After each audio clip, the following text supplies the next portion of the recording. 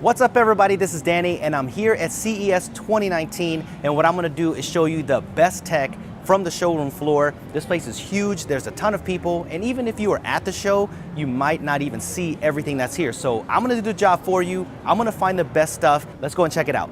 I want to thank Amran for sponsoring the channel for the coverage of the best tech of 2019 here at CES. So I'm here at the Amran booth looking at Forpheus. This was here last year, but I know there's some improvements this year, correct? I'm here with Mike Chen. Yeah, welcome to our booth. So we brought the 5th generation Forpheus here for the first time in the world debut. It has been upgraded significantly since last year with more AI capabilities and more motion.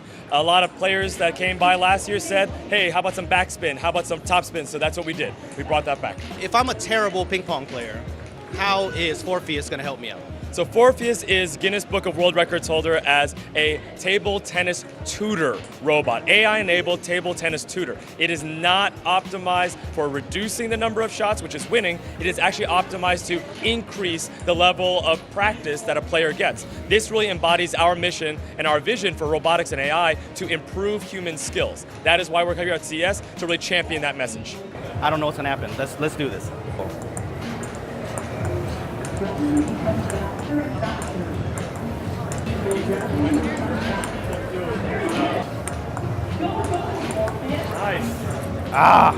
Nice. This is fun, seriously. Good. It's responsive. It's very, snappy, right? very. So, and then the latest one was the wrist and the elbow. Now we have the ability to actually do spin. So those two stereoscopic cameras up there, that's triangulating if you are coming in at this angle or this angle. That's what it's doing different than last time. So basically, this is already knowing how I'm going to hit before I even hit. Well, it's seeing when when it's going to hit. The ball trajectory with your hit and then calculating it in microseconds. That's crazy.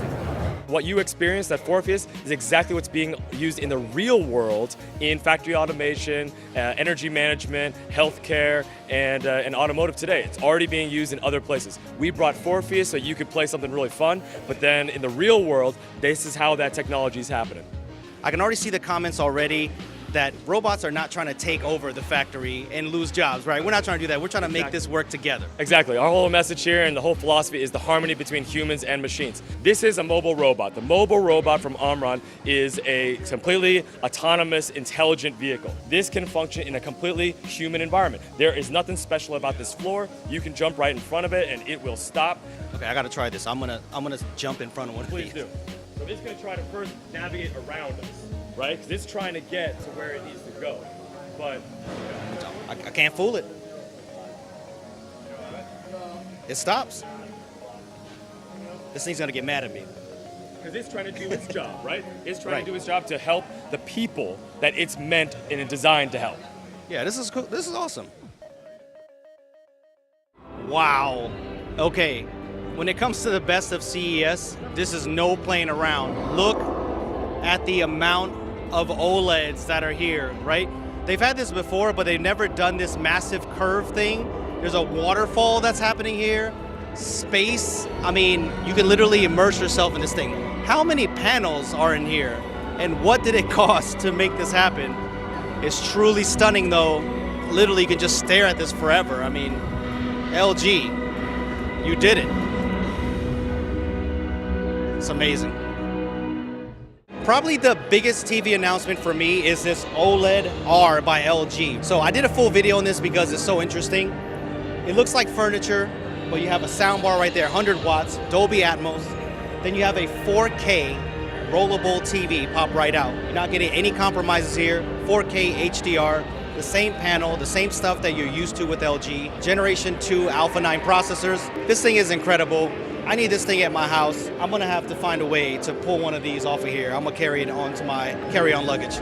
Besides the rollable TVs, the biggest thing here this year is 8K. This is the year of 8K. 8K in the past used to be pretty much like a tech demo, right? But this year, 8K is the real thing. These 8K TVs, even from LG, you have nanocell 8K, you even have 8K OLEDs.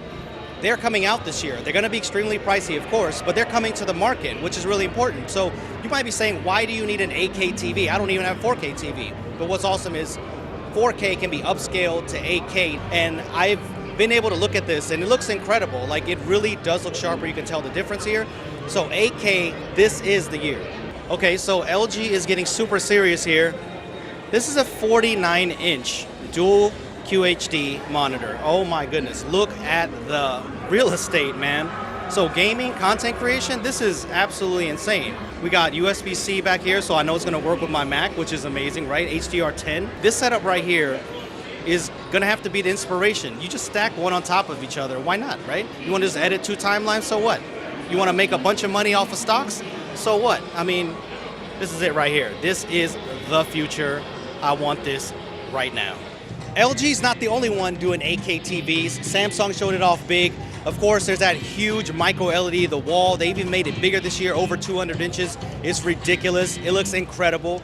But it looks like 8K is really gonna make it to the market. Actually, Samsung's already has an 8K TV that you can buy for $15,000, right? You know, that's pocket change, it's no big deal. But it looks like 8K is really gonna make it into the home because they're gonna make a 65-inch version as well. That's gonna be probably right around 5,000 bucks. So that's more palatable for people's homes, but they showed off a lot of tech here, even the Bixby speaker, which we didn't see much about last year. It's here on the floor, got to check it out. It does sound really good, so can't wait to get with that. The TV's here with the QLED 8K, even their 4K. Samsung's looking bright this year. Oh my goodness, I need to get around these people talking about business because I see a 49-inch gaming monitor. What? HDR 1000, dual quad HD displays. Hold up, man, I need to sit this down. I gotta give this a hug. Don't mind me, I'm just gonna be walking through a double 8K video wall, you know, no big deal. Another big talk here at the show is the flexible phone before Samsung. There's a company called Royal that I've never really heard of, but they make a bunch of different stuff that has flexible displays, but they have a flexible phone here. I got to check it out, got a little hands-on with it. I do have to say, it's not what I expected. It does fold and it does work maybe as advertised, but it does have like a cheap bone to it, like in the middle. You can actually feel that ridge and that bending mechanism or that hinge in the middle of it. I thought that was a little bit weird, and the build quality is a little bit plasticky on it, but it does show off, I guess, the first real foldable phone that you can see in your hand. I got to feel it, and maybe this is a category that could work, but I wasn't super impressed with it, but let's see. You never know, it could be the future.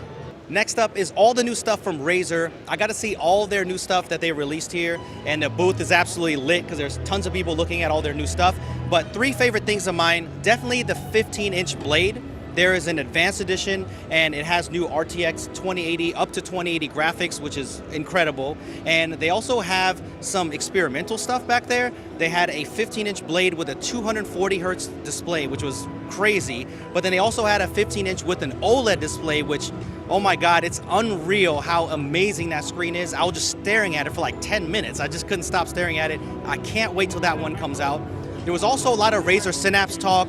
Lots of integration with Amazon Alexa as well. RGB all being controlled even from other manufacturers through Razer Synapse, which is also big. I feel like that's really going to broaden the horizon for PC gaming here. And I also really like the Xbox turret that they had. Like, you can definitely do some PC gaming on the Xbox, which is really, really nice. It's a nice combo of a keyboard and also a mouse. It's magnetic, and it's just really easy to use with the Microsoft button on it. And I can't wait to get that in as well, because I think it's really, really nice. So Razer definitely doing some big things in 2019.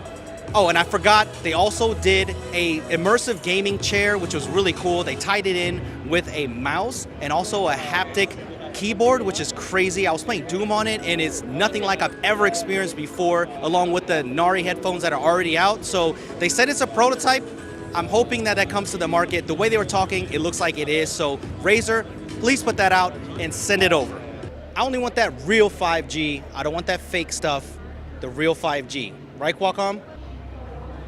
Not a ton of smartphones released here at CES, but the Honor View 20 is going to come to the US very soon.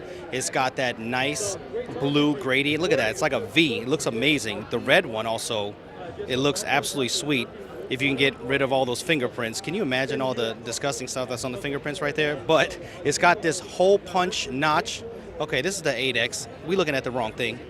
I hope I get one of these in soon. You can see that hole punch there in the left side. They beat Samsung to it. So we're gonna have to just get used to this because this is the future. We're getting rid of the notch, but we're punching holes in screens.